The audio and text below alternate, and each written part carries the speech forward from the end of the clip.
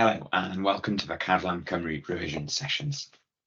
My name is Mr Andrew Rowell and I'm a history teacher at Ysgol Uwchradd Llanidloes High School.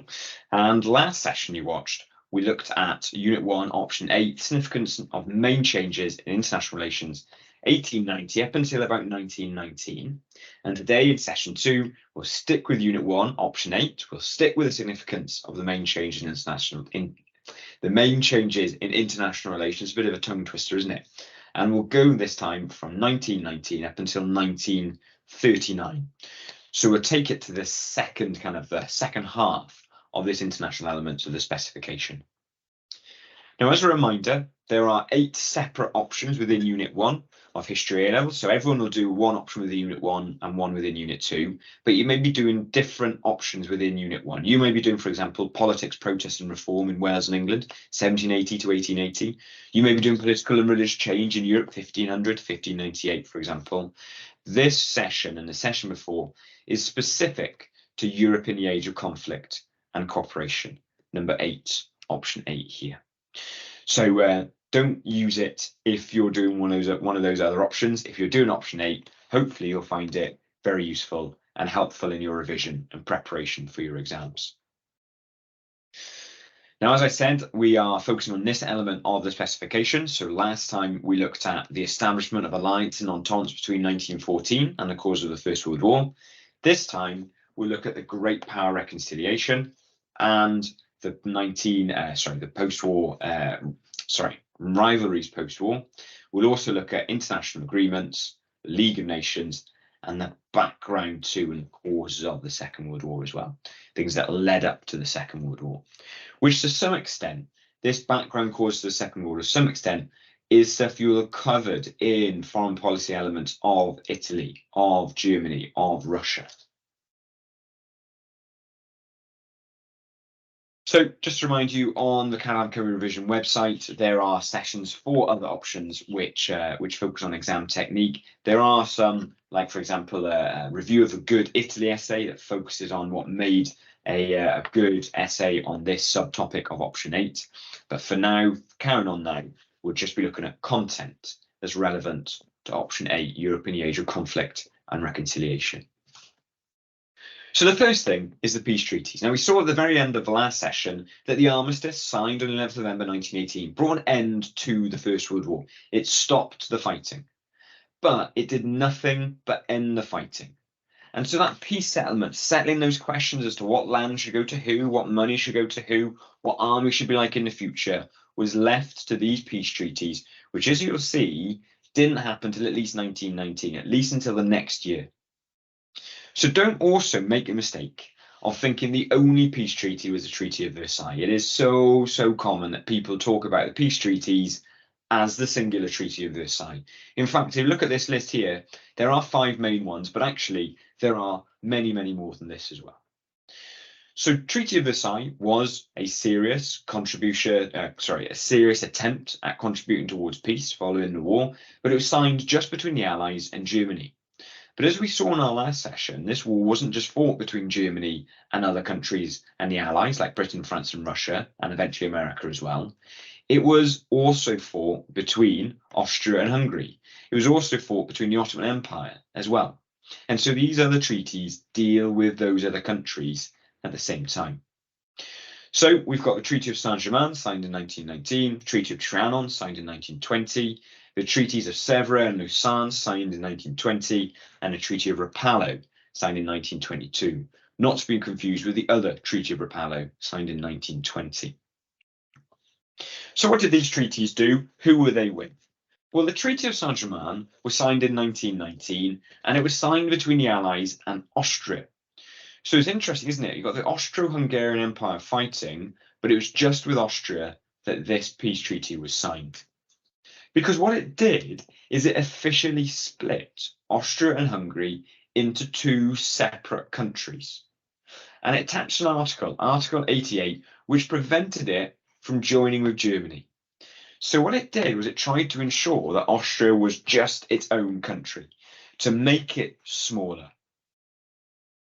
Article 177 saw Austria accept war guilt and said that their army would be limited to just 30,000 volunteers. So not necessarily as highly skilled and with no navy. So it's pretty tight, it's pretty stringent on these people, isn't it? It's pretty stringent on Austria and their ability to defend themselves. But what it's doing is it's allowing the Allies, it's allowing Britain, France and Russia, Britain, France and Russia, to feel less threatened by potential Austrian power. Now, in terms of reparations, in terms of money that the Austrians were going to pay as a compensation for this war, well, they didn't ever set a figure because Austria went bankrupt before this figure was set. So there was no way they were going to be able to pay this money, so they didn't set it. The second peace treaty was called the Treaty of Trianon, signed in 1920, and this was between the Allies and the other part of the Austro-Hungarian Empire, Hungary itself. Now, Hungary was set to pay reparations for war damage. They did set figures of how much they were going to pay. It was going to limit its army to 35,000 men, which is a much smaller army.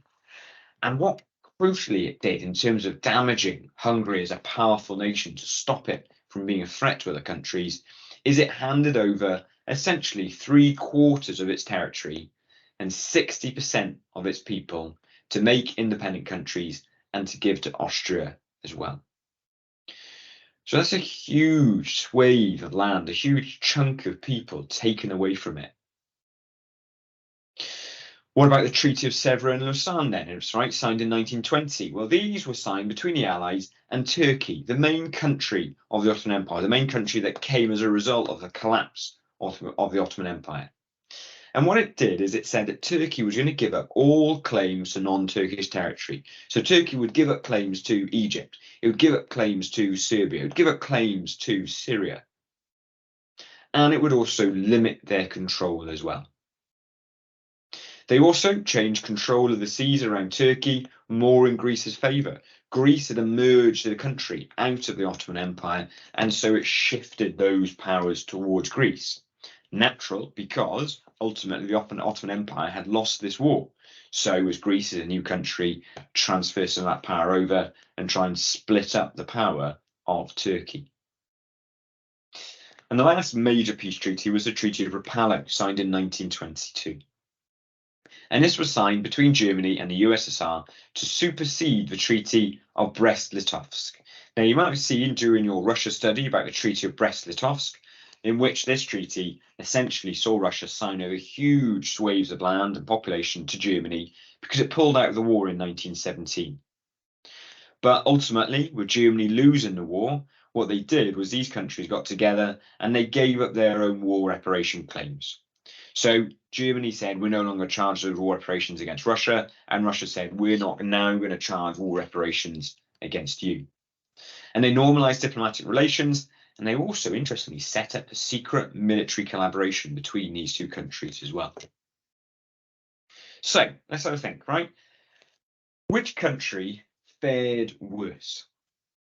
So before I actually have a look at the specifics, right? Just note the little diagram of the lamb at the bottom there, a little sheep at the bottom there. Lamb is that really good way of remembering the different elements that these peace treaties covered. And this is more than just the Treaty of Versailles now, isn't it? So L for land, A for armed forces, M for money or reparations, and B for blame. So the table shows us here that the Treaty of Versailles, signed in 1919 with Germany, meant the Allies took Alsace-Lorraine, the colonies, and the Rhineland being demilitarized off Germany. So did any of the other four treaties have harsher articles? So let's look back. See, Austria and Hungary is officially split in two. Hungary losing 3/4 of its territory and 60% of its people. Turkey giving up claims to all non-Turkish territory.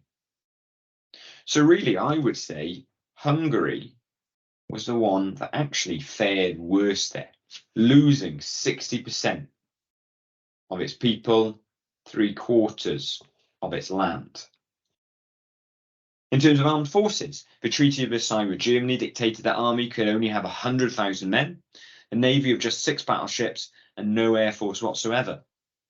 So here, the Treaty of Saint-Germain, Austria, 30,000 volunteers, no navy. Hungary, limited to 35,000 men. So I would say really, Austria fared worse because of no navy and 30,000 volunteers. In terms of reparations, payments, money, the Treaty of Versailles said that Germany owed 132 billion marks, 6,600 million pounds in reparations. Well, we saw here that Austria went bankrupt before reparations. Hungary did have some set. These and Treaty of Rapallo, Germany and USSR gave up any claims of reparations, not mentioned in the case of Turkey. So I would say again, Austria fared worse here because it had gone bankrupt before it could even start to pay it. Germany had to pay it, but it hadn't gone bankrupt. And blame Article 132, blame Germany for World War I. Well, both the Treaty of Saint-Germain and the Treaty of Trianon blamed those countries as well. So maybe we can say Hungary and Austria are equally to blame here.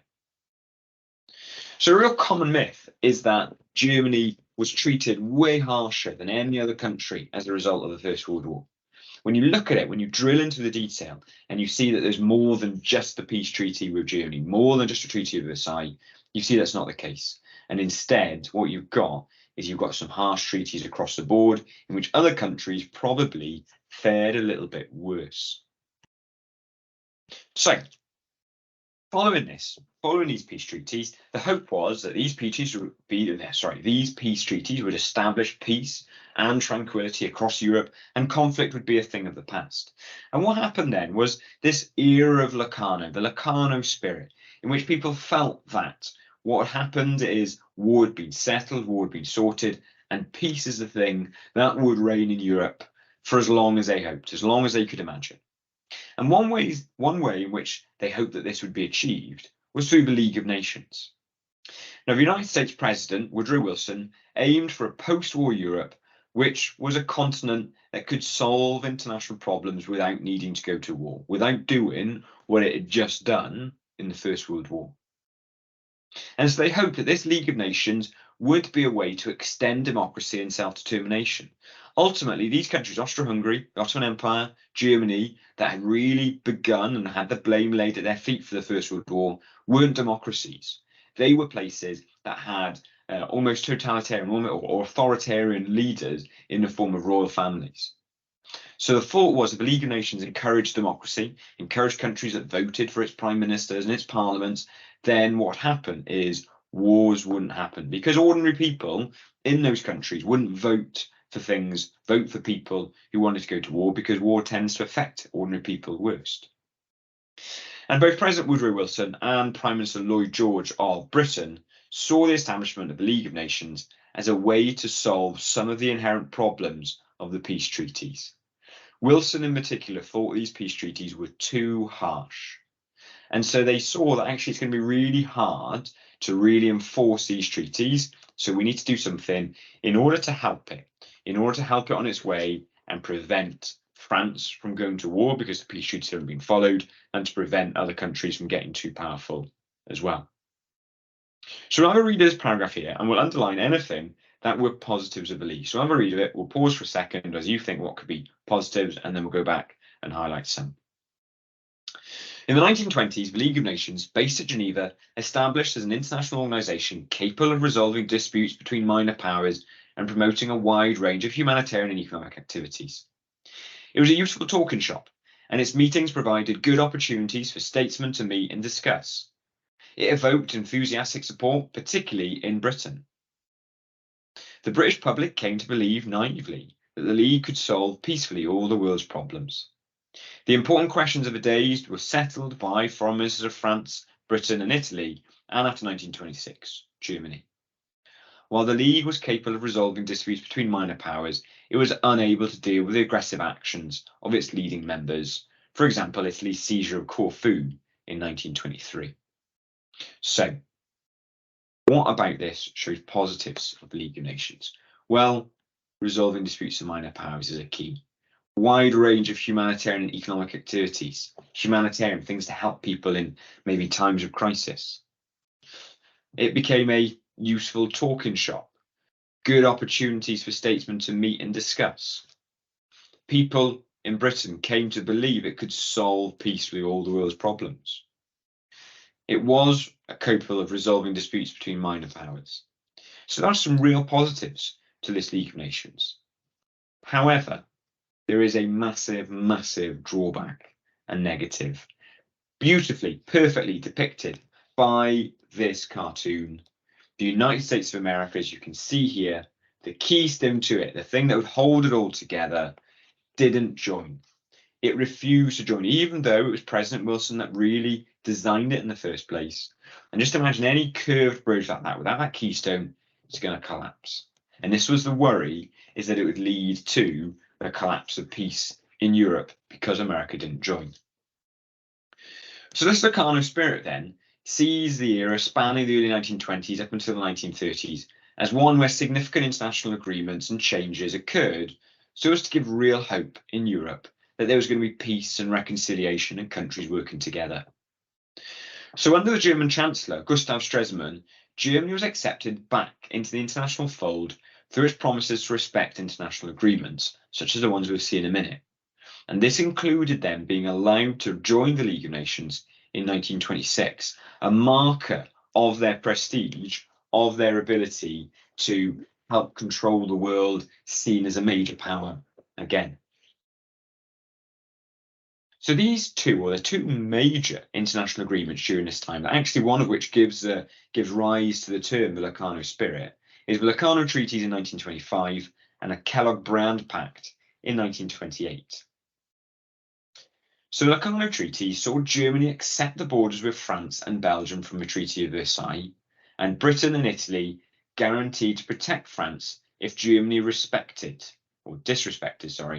these borders. So Germany was willing to recognise that it needed to ensure that France and Belgium felt comfortable by saying, okay, we accept those borders.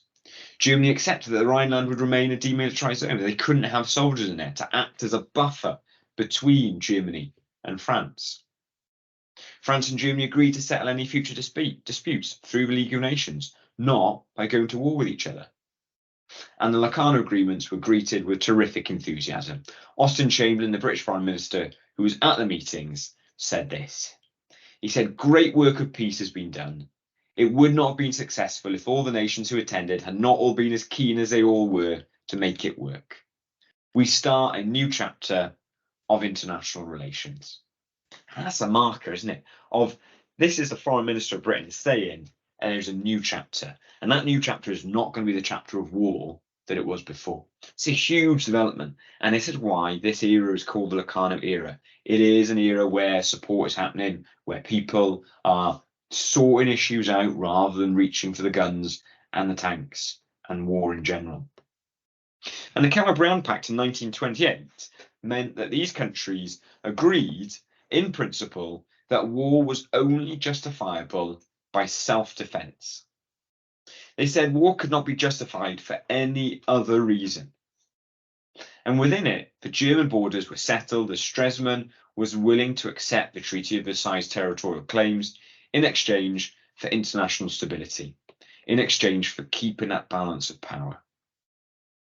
So between the Locarno Treaties and the Kellogg-Briand Pact, there was a genuine hope that these countries could work together to achieve peace rather than having to go to war.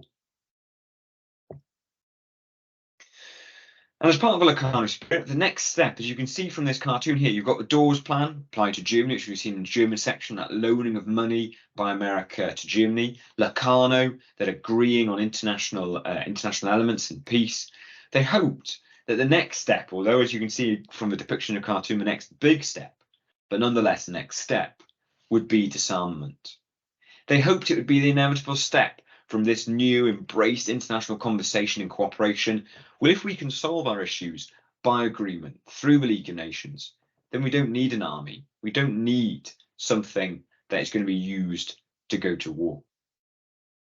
And so the Washington Naval Conference on Disarmament in 1921 was one example. And it saw USA, Britain and France and Japan all agree to limit the size of their navies. And this was hoped would lead to more in time. Hoped, but still maybe not necessarily guaranteed, because this was pretty much as far as it got. There was a World Disarmament Conference in 1932 with 60 nations present, but it was impossible, they found, to agree a compromise between fairness in Germany and security for France. And ultimately, it failed to reach any more agreements. So that failed next step, that failed progression on of Europa, as you can see on her dress, towards disarmament, was particularly damaging to the League's reputation in Germany. Germany had been forced to shrink its army to a way smaller extent than France and Britain, etc. And German people were willing to accept it if other countries also shrunk their army as well. But no other country had done. And this has led many people to suggest actually that the Locarno spirit was just an illusion of peace. Just an illusion. As you can see from my ghost here, an illusion, something you necessarily can't really see. So what contributes then to this illusion as well? Well, what also contributes is some of the failures of the League of Nations as well. So one failure of League of Nations was the policy of appeasement, where Britain and France were prepared to do deals without consulting the League. They were prepared to hand over bits of land without consulting the League of Nations. In terms of membership, less than half the world were members, including the incredibly powerful countries of the USSR and the United States of America. So if this League of Nations was going to solve the problems of the world, how could it do it with those half the countries of the world that weren't part of it? Another thing, another failure that contributed to that potential idea that this was just an illusion of peace was military sanctions. The League didn't have its own army to back up its decisions. It may well say, we don't like Italy invading Corfu. It may well say, we don't want Germany to go to war following the rise of Adolf Hitler. But if it doesn't have an army to stop it, then it's not really much use. Treaty of Versailles was another failure. The League was expected to enforce the peace treaties, which were considered unfair and actually were increasingly seen by other countries as easy to break. For example, Britain agreed that Germany could have a navy a third the size of a British navy, which was way bigger than 6 battleships that the Treaty of Versailles said. So how can the League of Nations enforce this treaty if Britain, acting alone, is saying, no, you don't need to? Economic sanctions were another failure. They were difficult to enforce as aggressors could buy from non-members. If half the world isn't a member of the League of Nations, and the League of Nations is saying you can't buy diesel or petrol or gas or whatever, oil from us, then they just go to the other half of the world that isn't members to buy it. And ultimately, most historians have said this is potentially an illusion of peace because some key countries like Britain, France, Japan, and Italy were more self-interested than interested in peace.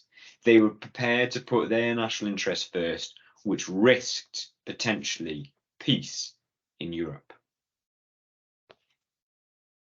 Now, a specific example of this failure is the country of Abyssinia. As you can see here on the left, this is Haile Selassie, the leader, the then emperor of Abyssinia.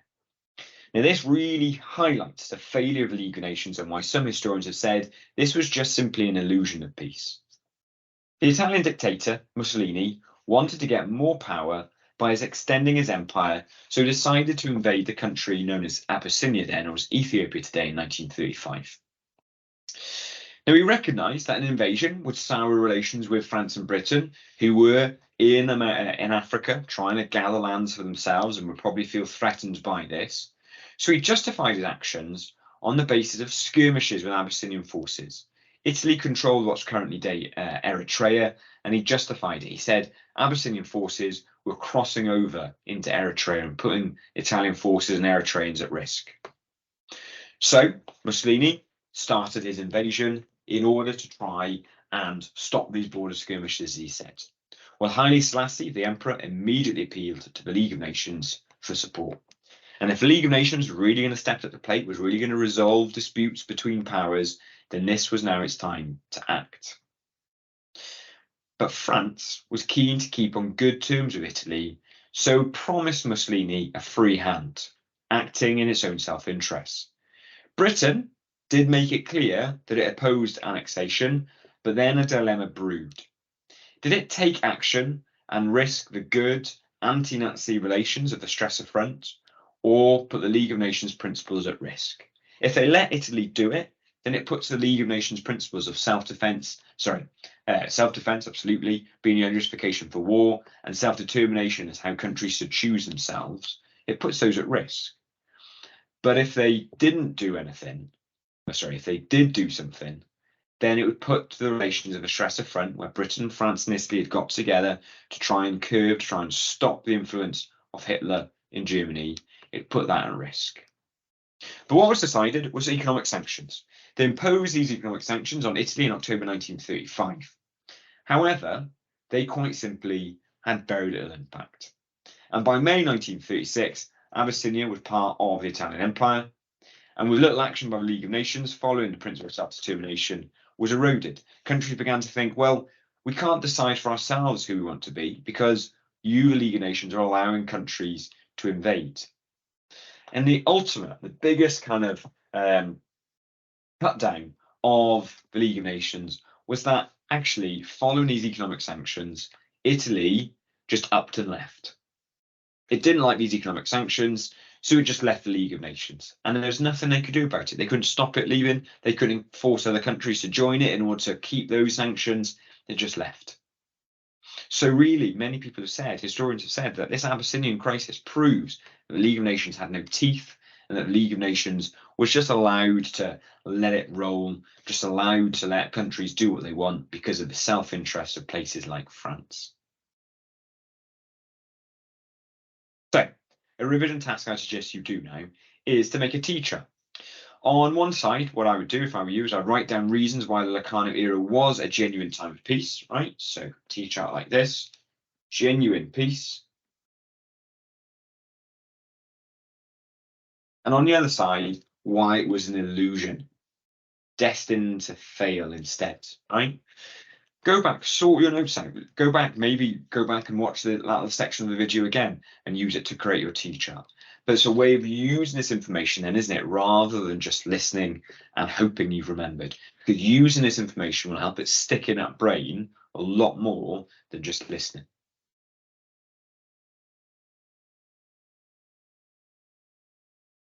So, how do we now get closer to the Second World War? Well, the first thing is Neville Chamberlain's policy of appeasement, the British Prime Minister's policy of appeasement. Neville Chamberlain decided to follow a policy of appeasement, no doubt inspired by his genuine belief that this Locarno era was not an illusion. Genuinely, countries were working closer together, were solving their issues through conversation, and so, as a genuine move towards peace, they would outlast any dictator seizing power. If we as countries get around together and discuss, and we allow some countries maybe to have a little bit more of what they want in order to prevent them doing something we don't want them to do, then that is going to way outlast any dictator that comes and goes. The concept of discussing is going to way outlast a man called Adolf Hitler, who may not last more than 10 years. And this meant then that concessions were made to Hitler by Britain in order to avoid war. We'll give you a little bit of this land, we'll give you a little bit of that land, and no doubt allowed Hitler to grow more and more and more confident because of it. And quite frankly, this idea was supported by the British public and most politicians in Britain. We tend to look back at it now and call it the coward's way out, things like that. But actually, the British public supported it because the British public only 20 years beforehand, or just less than 20 years beforehand, had gone through a most horrific war in which they'd lost 10% of their working age men. So they didn't want to see this kind of conflict happen again. However, some key politicians like Churchill argued deeply against it, and actually many have now suggested that the result of appeasement was just that it brought Europe closer to war. So there are some key events that, in their process, bring Europe closer and closer to war. The first is the return of the Saarland. So in January 1935, the Saarland was returned to Germany. Now, the Treaty of Versailles stated that the Saarland needed to be kept independent until there could be a vote as to whether or not the Saarland would rejoin. So on the 13th of January 1935, the people of the Saarland voted 477,000 to 48,000 to rejoin Germany. This was a complete ringing endorsement of the German regime. And the vote was run by the League of Nations, and they declared it to be a full and fair vote. It wasn't through intimidation. These people genuinely want to be part of Germany. And so on the 1st of March 1935, the Tsar became part of Germany again. This encouraged Hitler because it showed that there was support for his plan to reunite all German-speaking lands. It was almost like a popular outcry. We want to be part of Germany again. And it was a massive pat on the back for Hitler. Well done. What you've done so far has helped to bring the country together, to re-establish Germany as a powerful country, and means other areas want to be part of Germany again. Now you'll notice on the left here, I've got an arrow, and I've got this on every single one of our slides for these events bringing up to the Second World War. Growing in confidence. Now this kind of event is going to make Hitler grow in confidence, isn't it? If the people are openly declaring that they want to be part of his country, his regime, his way of doing things, then he's going to feel a sense of satisfaction that he's persuaded people it's good, and he's going to think that he's doing the right thing and the best thing for his country and the people around it, the German-speaking people in particular.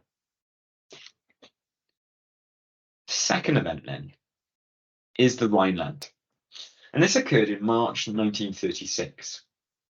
Now, one of the terms of the Treaty of Versailles, another term again, was that Germany would not be able to keep military forces in the 50-kilometre stretch that's called the Rhineland, and you can see that here. So what this did is it acted as a buffer between Germany and Belgium, between Germany and France. So it meant then France and Belgium, and Luxembourg here as well, had no risk that armed forces from Germany were patrolling their borders.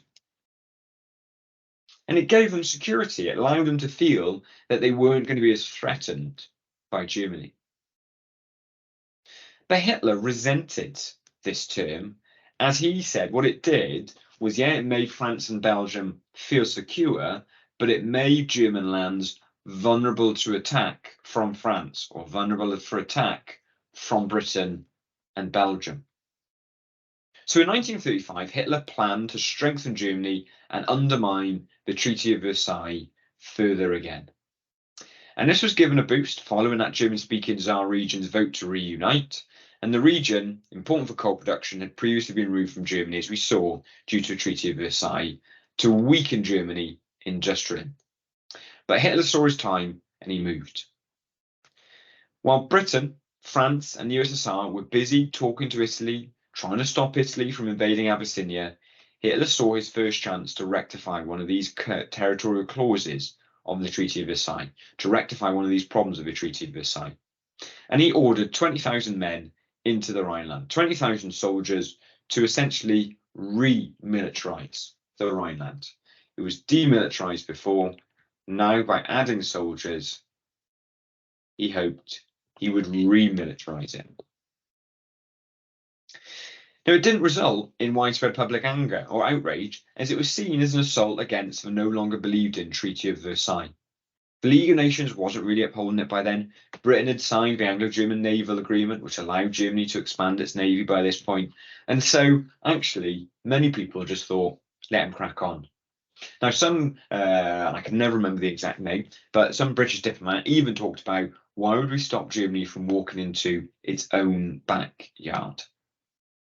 So you can see Hitler is going to grow in confidence again. He's made his first move. There's been no response. In fact, if there was a response, he sent orders to the troops to withdraw back to Germany. But there was no response. He's now expanded his military control, and he is growing more and more and more confident. Anschluss then is our next event that makes Hitler grow in confidence even further. And this occurred in March 1938. So why was this even possible? Well, the very first page of Hitler's Mein Kampf, Hitler's book My Struggle, written in prison, made clear that Hitler wanted to unite Germany with Austria.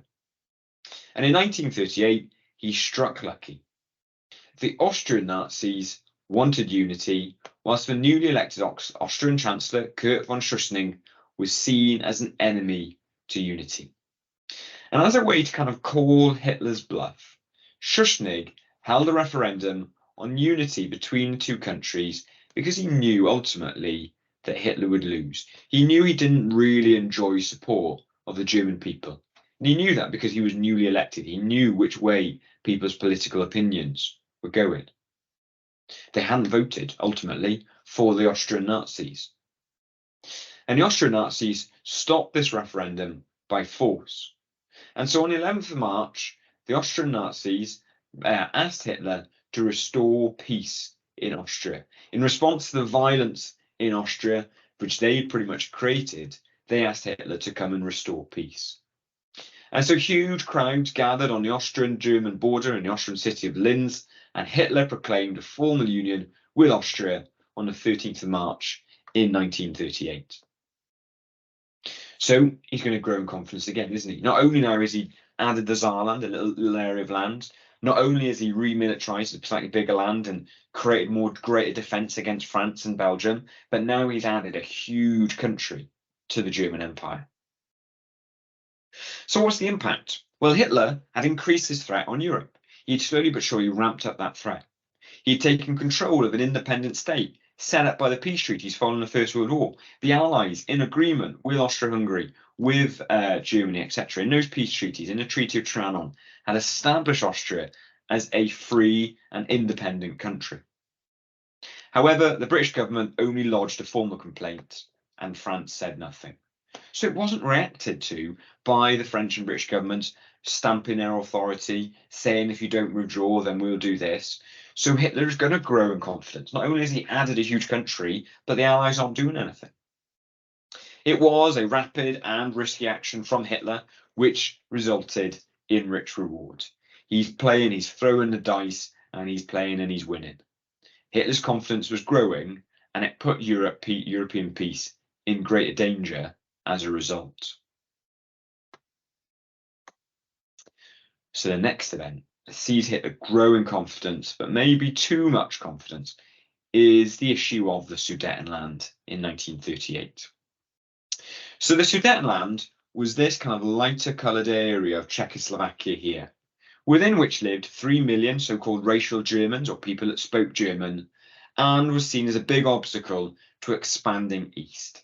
In order to expand east, you can see here, Germany kind of looped round the vast majority of Czechoslovakia. So Czechoslovakia, the country, was seen as a real obstacle to moving eastwards to create that Lebensraum, that living space that Germany wanted. Now, Czechoslovakia was a member of the League of Nations and had excellent support from Britain, France, Poland, and the Soviet Union. But nevertheless, it was a weak country as itself, despite that support from the League of Nations. And again, what Hitler did, exploited a crisis. The Sudeten Party, for ethnic Germans, demanded for equal treatment and, in fact, full independence of the Sudetenland. The Czechoslovakian president faced up to these demands, but was faced down by Hitler when he attempted to restore law and order and invaded in October 1938. Now, early in 1938, the German leader in the Sudetenland, Konrad Henlein, had complained that the Sudeten Germans were being mistreated by Czechs. And by September 1938, Hitler makes a speech attacking Czechoslovakia and threatened them with invasion. Later in September 1938, Neville Chamberlain, the British Prime Minister, flies to Germany for what's called the Munich Conference. Czechoslovakia was not present. They weren't allowed to be there, which was interesting. They agreed to the German invasion of the Sudetenland between the 1st and the 10th of October to stop them invading the whole of Czechoslovakia. This policy of appeasement was kicking in. We'll stop Germany from taking the whole of Czechoslovakia, hopefully by giving them a little bit of it. And Neville Chamberlain returned to Britain, saying he had established peace in our time and that Hitler could be trusted. He found him a man he could work with. But on the 15th of March 1939, German troops marched into Czechoslovakia. And Hitler's invasion of Czechoslovakia marked the end of appeasement for a number of reasons. Firstly, it proved Hitler had been lying at Munich and couldn't be trusted. Second, that Chamberlain, given a speech saying that he could not trust Hitler to not invade other countries, meant that he guaranteed to defend Poland if Germany invaded. And so the takeover of Czechoslovakia in March 1939 allowed Germany to strengthen. The large Czech army was moved as a threat from that large border with Germany. Czech armaments industry were taken over by Germany after March 1939. About 2/3 of Czechoslovakian industry was in Sudetenland, and the German army took over large numbers of Czech tanks as they invaded as well. And so the last kind of background step in the build-up to war is the German-Soviet Pact in August 1939. In public, it was a treaty that promised peace between the two countries that lasted for 10 years. In private, though, what it did is it divided up Poland into spheres of influence for Germany and the USSR. Hitler had basically received support from Stalin to fulfill his ambitions in the Danzig area of Poland. Essentially, let's draw a very quick map here, right? We've got Germany. No, apologies, no longer with Czechoslovakia excluded. We've got Poland in between, and then we've got the USSR all around it. And essentially divided down the middle. So if Germany went into this area, the USSR didn't think it was a threat. If the USSR went into this area, Germany wouldn't feel it was a threat and an attempt to invade the other country. So to observers in Britain, France, and America, it was seen as hugely cynical. How could these two completely different ideologies agree on anything? One was communist, one was national socialist or fascist. How could they agree? Nonetheless, both Hitler and Stalin thought that the Polish question would now be solved without a more general war. And Hitler had been given the confidence to attack Poland by the policy of appeasement, which hadn't led to any repercussions up to now. But without diverting Britain and France from their commitment to the Poles, Stalin's signature virtually guaranteed war in Europe. And that war was guaranteed on the invasion of Poland. In response to the Nazi-Soviet pact, Britain and Poland entered into a formal military alliance on the 25th of August 1938. Mussolini told Hitler that despite their military alliance, Italy wouldn't fight. Nonetheless, the German invasion of Poland began at 4:45 a.m. on 1st September 1949. Neville Chamberlain broadcast his very, very famous announcement at 11:15 a.m. on the 3rd of September, and a British ultimatum demanding that Germany withdrew its troops from Poland had been delivered early in the morning and had expired 15 minutes earlier at 11 o'clock without a reply. And so Britain was once again at war with Germany.